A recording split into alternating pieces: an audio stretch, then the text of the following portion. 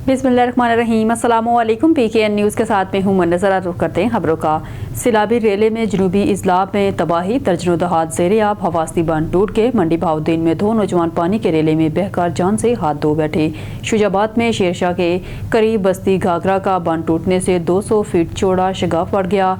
पानी करीबी आबादियों में दाखिल। भारत की तरफ से दरियाओं में छोड़े गए पानी ने पंजाब के जनूबी इजला में तबाही फैला दी। दरियाए सतलुज, रावी और चराब में तुगयानी के नतीजे में कई हफासी बांध दबाव बर्दाश्त न कर सके और टूट गए, जिससे दर्जनों दहात डूब गए और खड़ी फसलें तबाह हो गई।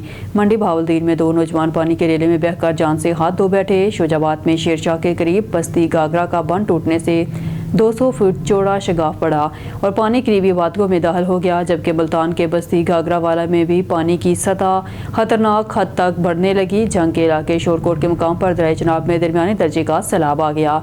सुल्तान बाहू पुल से 2,60,000 क्यूसिक का रेला गुजरा। दरखाना के मुकाम पर रेलवे पुल से सैलाबी पानी टकराने से शोरकोट खानेवार रेलवे सेक्शन दूसरे रोज भी बंद रहा।